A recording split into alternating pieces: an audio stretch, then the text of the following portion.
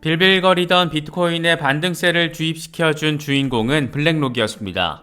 블랙록이 비트코인 현물 ETF 신청을 한 것, 이 자체만으로도 기존 암호화폐 펀드들의 신청과는 완전히 다른 느낌인데 어쩌면 이번에는 비트코인 현물 ETF가 출시될지도 모른다, 이런 기대감이 커지고 있는 게 비트코인 시세를 움직이게 만든 것으로 바라볼 수 있습니다. 이와 관련해서 코인데스크는 블랙록의 이번 신청서에는 비트코인 시장 조작 리스크를 완화할 수 있는 거래소 사이의 감시 공유 계약 내용이 포함되어 있다라며 지금까지 비트코인 현물 ETF 신청을 반려당한 다른 펀드 매니저들보다 더 나은 조건이라고 평가했습니다.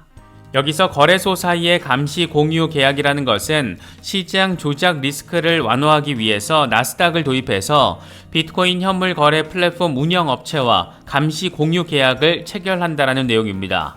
감시 공유 계약은 거래 활동, 청산 내역, 고객 식별 등의 정보를 공유해서 시장 조작에 적절한 보호를 제공하는 것을 목표로 합니다. 쉽게 말해서 지금까지 미국 SEC는 투자자 보호를 담보하지 못한다는 상황을 놓고 지속적인 비트코인 현물 ETF 승인을 반려해 왔었는데 이번에는 주체도 암호화폐 기업이 아닌 월가의 거물이고 내용도 기존 암호화폐 펀드들이 제시했던 것들보다 투자자 보호와 관련해서 훨씬 더 강도 높은 장치가 담보돼 있기 때문에 승인 가능성이 상대적으로 더 높아졌다, 이렇게 정리할 수 있는 상황입니다.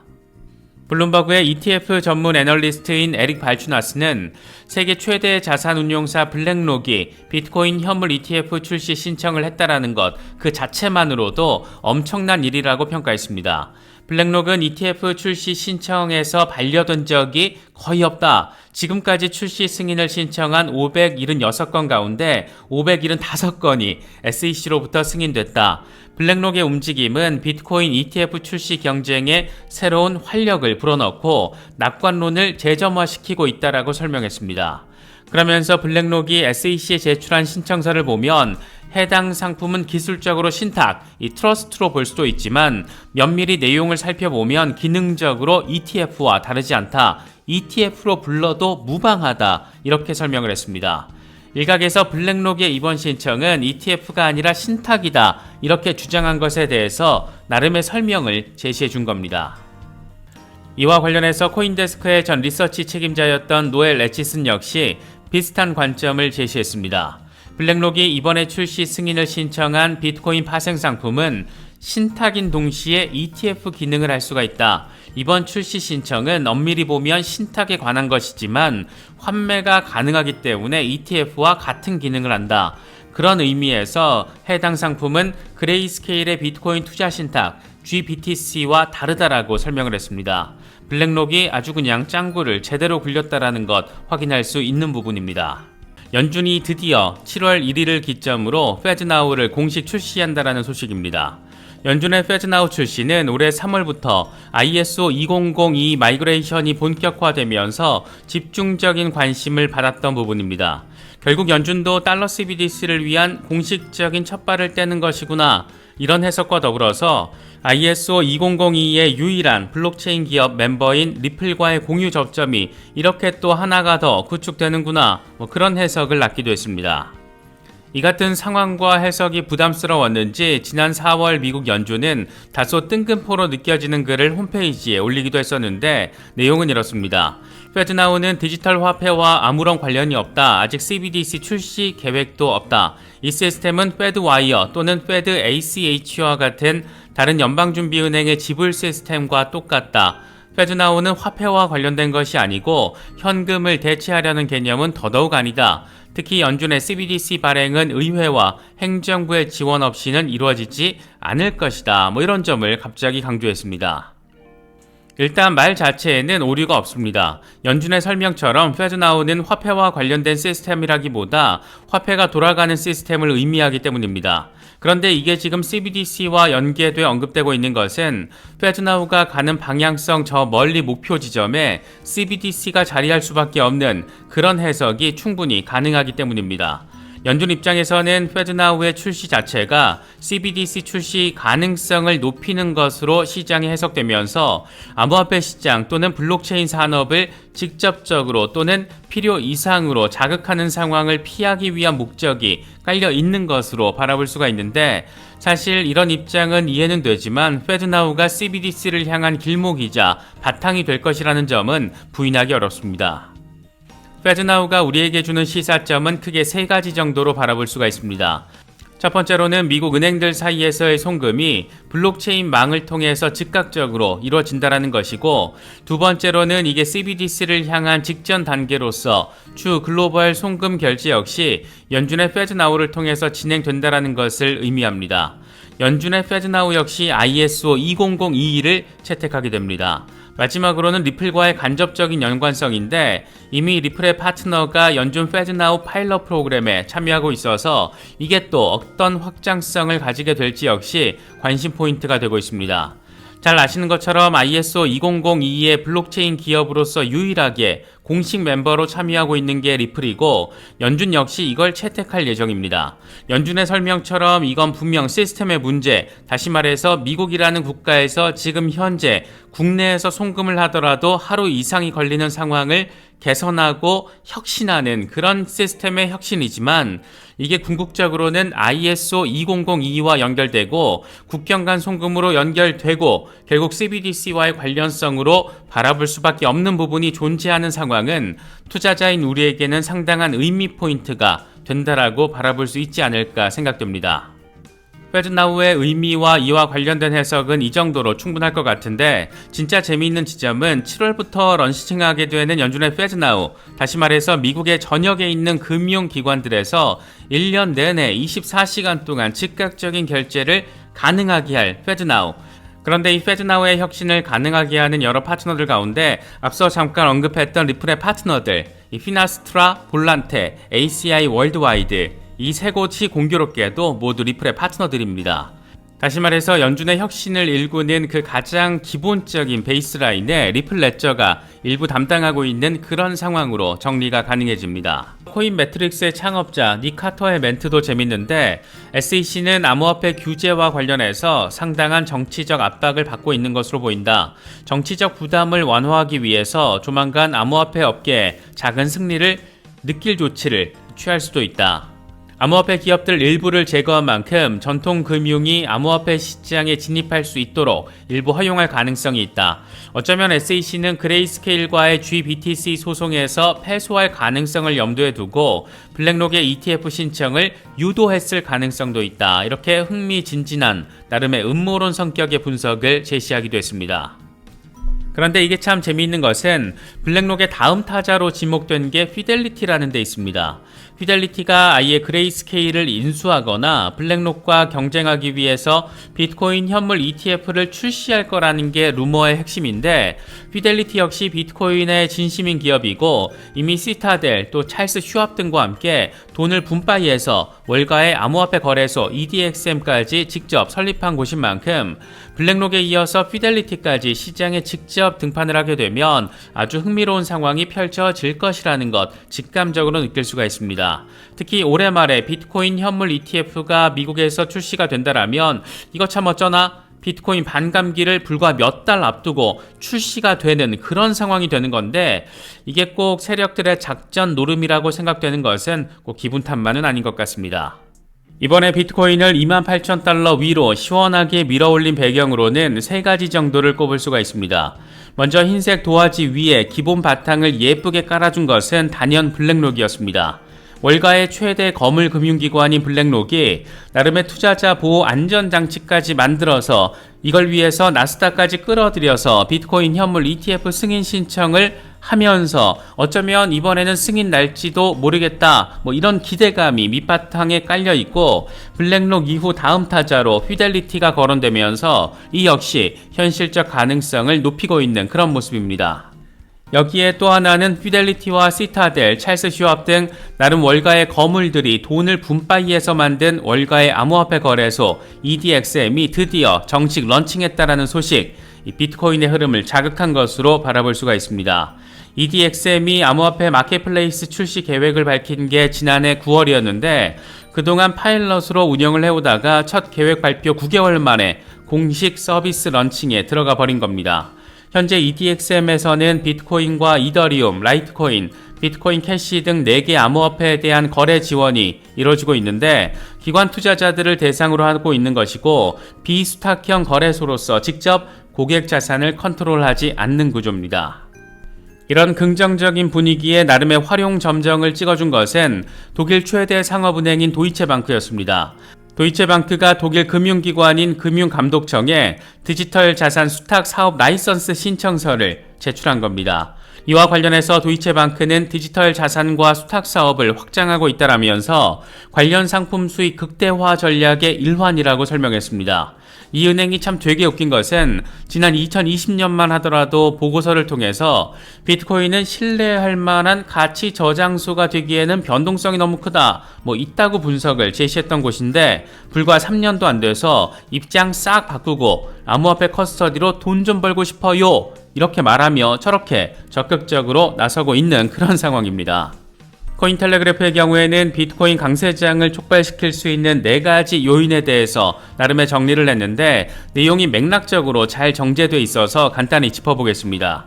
먼저 내년 4월로 예상되는 반감기를 계기로 가격 폭등이 발생할 수 있다라며 지난 반감기였던 2020년 5월 반감기 이후에 276% 비트코인이 반등했다라는 점을 설명했습니다.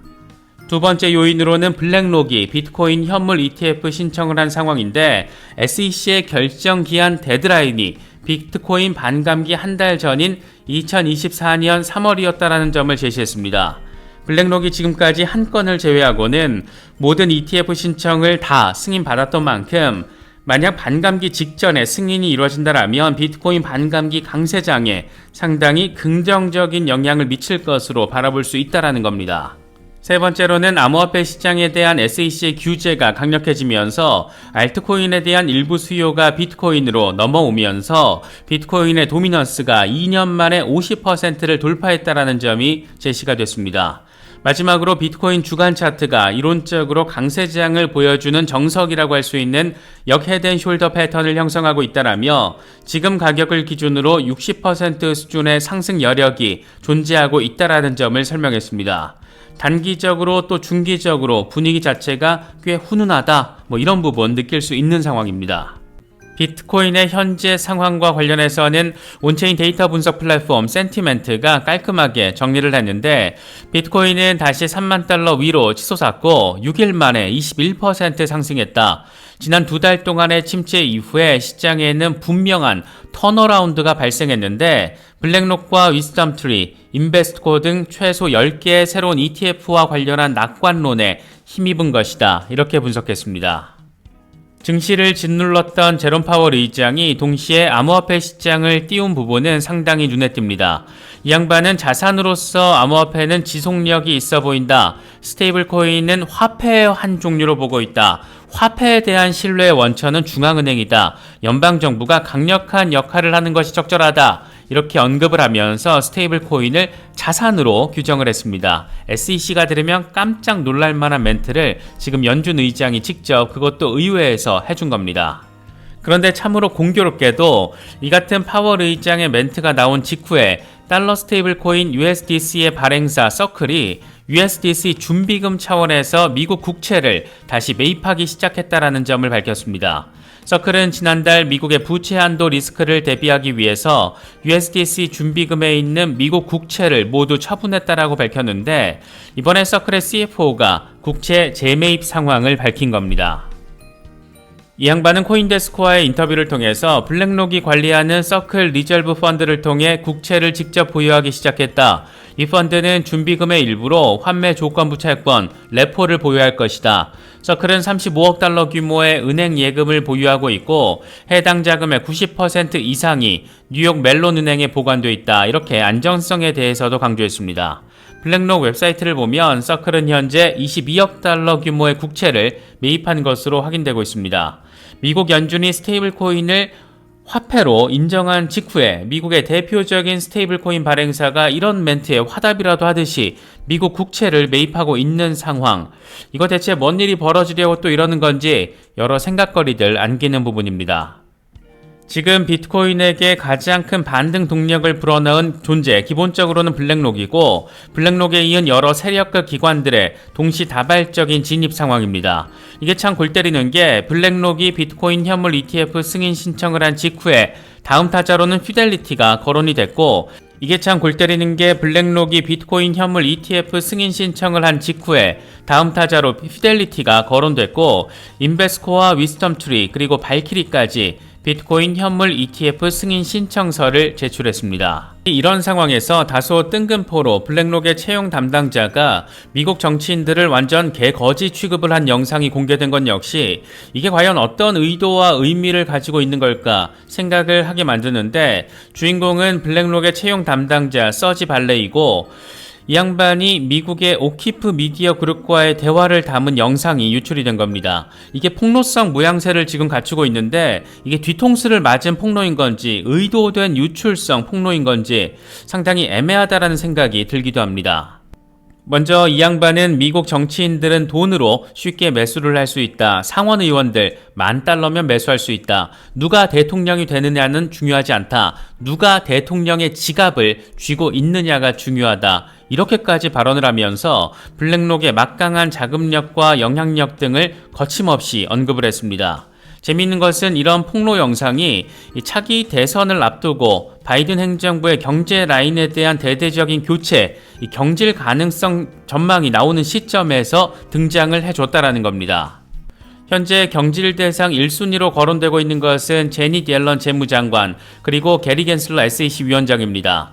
이와 관련해서 시네마인 벤처의 파트너 아담 코크란이 월가의 분위기를 공유를 했는데, 많은 고액 기부자들이 겐슬러를 언급했다라고 한다. 겐슬러의 암호화폐에 대한 입장에 동의했던 사람들조차도 겐슬러의 최근 접근 방식에 당황하고 있다.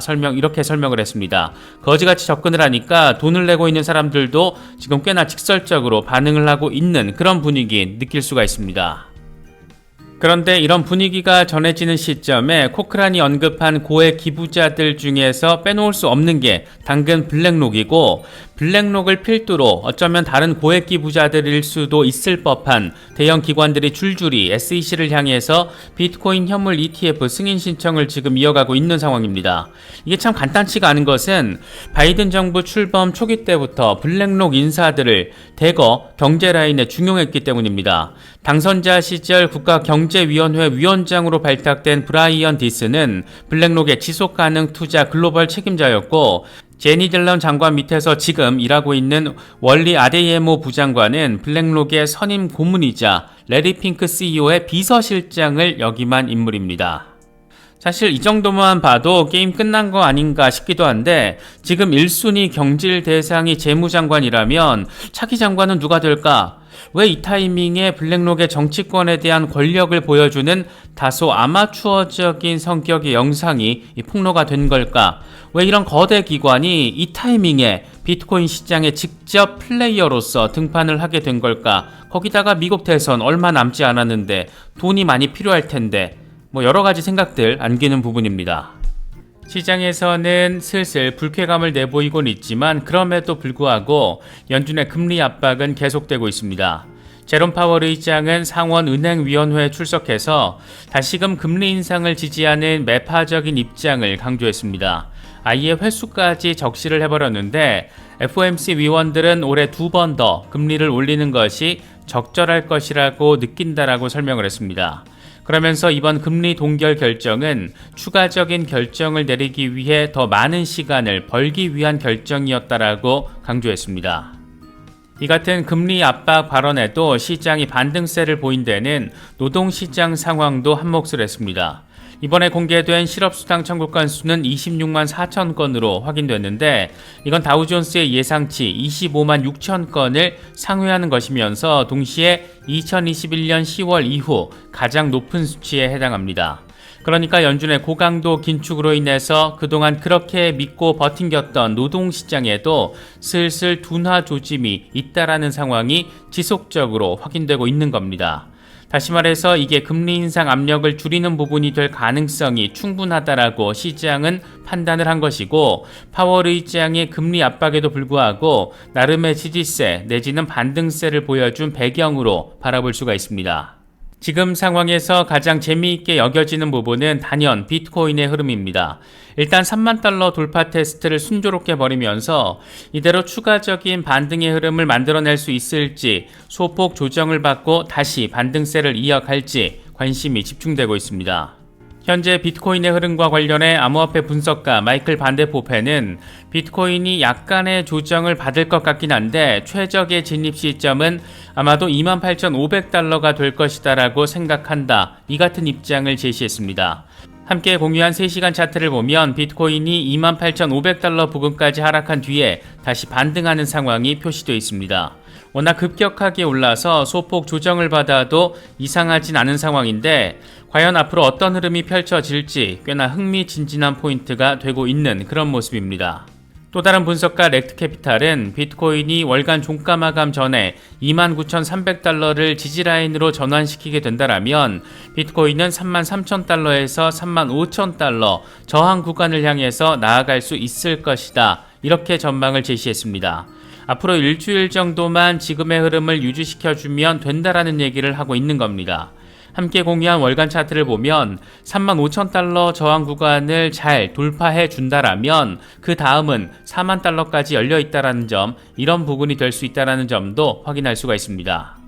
분석가 데이브 더 웨이브의 경우에는 꽤나 전폭적인 장기 분석을 제시했습니다. 비트코인이 이미 바닥을 찍었을 가능성이 높다. 문제는 비트코인이 얼마나 더 오를 수 있느냐인데 2025년까지 지금보다 420% 이상 상승할 것으로 예측한다, 이런 전폭적인 숫자를 제시했습니다.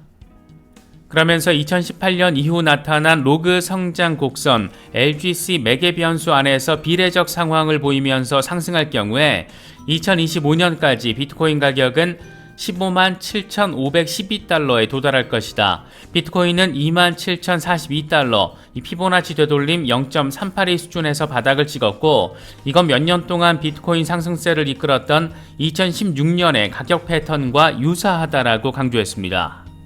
이번에 비트코인을 이렇게 강세장 국면 속으로 밀어넣은 것은 단연 블랙록을 비롯한 월가의 세력급 기관들입니다. 그런데 재미있는 것은 이런 유사한 흐름과 움직임, 다시 말해서 블록체인과 암호화폐 채택과 관련한 긍정적인 흐름이 유럽에서도 잇따라 포착되고 있습니다. 독일 도이체방크가 최근 암호화폐 수탁 라이선스 신청을 한 데서 이어서 이번에는 프랑스의 크레딧 아크리콜의 운용자산 수탁은행 카세이스가 프랑스 금융시장 감독청으로부터 암호화폐 커스터디 서비스 제공 승인을 받았다라는 소식이 더해졌습니다. 카세이스는 이미 4조 9,600억 달러 규모의 자산을 수탁하고 있는 곳이고, 지난 2021년부터 암호화폐 커스터디 솔루션을 구축한 것으로 전해지고 있습니다. 지난 강세장 절정 전후로 새로운 비전 구축을 위한 준비 작업을 시작했다라는 거고, 새로운 강세장을 앞두고 사업 확장을 시작한다라는 계획이 지금 착착 진행되고 있다라는 것을 느낄 수 있습니다. 재미있는 것은 이런 소식이 전해진 같은 날 프랑스 중앙은행 총재가 CBDC 발행을 놓고 중앙은행의 의무라고 밝힌 부분입니다. 프랑스와 발레로이 드 갈하우스 총재는 CBDC 사용 여부는 선택사항이지만 전자상거래의 중앙은행 자금 사용을 허용한다라는 이점이 있다라고 설명했습니다. 그러면서 디지털 유로와 관련해서 모든 이해관계자를 위한 무언가를 준비하고 있다, 이런 말도 덧붙이면서 프랑스를 비롯한 유로존에서 뭔가 지금 착착 진행되고 있다라는 점을 느낄 수 있는 그런 멘트까지 날려줬습니다. 여기서 하나 더 재밌는 것은 같은 날 리플 이사회 멤버 출신이자 현직 미국 연준 부의장 마이클 바가 유럽 중앙은행 총재 크리스틴 라가르드와 독일 프랑크푸르트에서 같이 밥을 먹은 겁니다. 연준이 7월부터 페드나우를 공식 런칭하면서 연준의 금융결제 시스템도 블록체인에 올라타고, 그렇게 미국의 금융 송금 시스템의 일대 혁신이 펼쳐지게 되는 상황, 특히 페드나우의 최종 종착지는 CBDC가 될 가능성이 매우 높은 상황, 유럽에서 전폭적으로 암호화폐 규제 이슈를 설정하면서 하나둘 CBDC와 커스터디 산업에 발을 들이면서 언급하고 있는 그런 상황, 그런데 이런 모든 것들이 약속이나 한 듯이 동시다발적으로 이루어지고 있는 상황, 참 여러 가지 생각들을 갖게 만드는 그런 상황들입니다. 이번에 준비한 영상은 여기까지입니다. 시청해주셔서 감사합니다. 지금까지 크립토 노마드였습니다.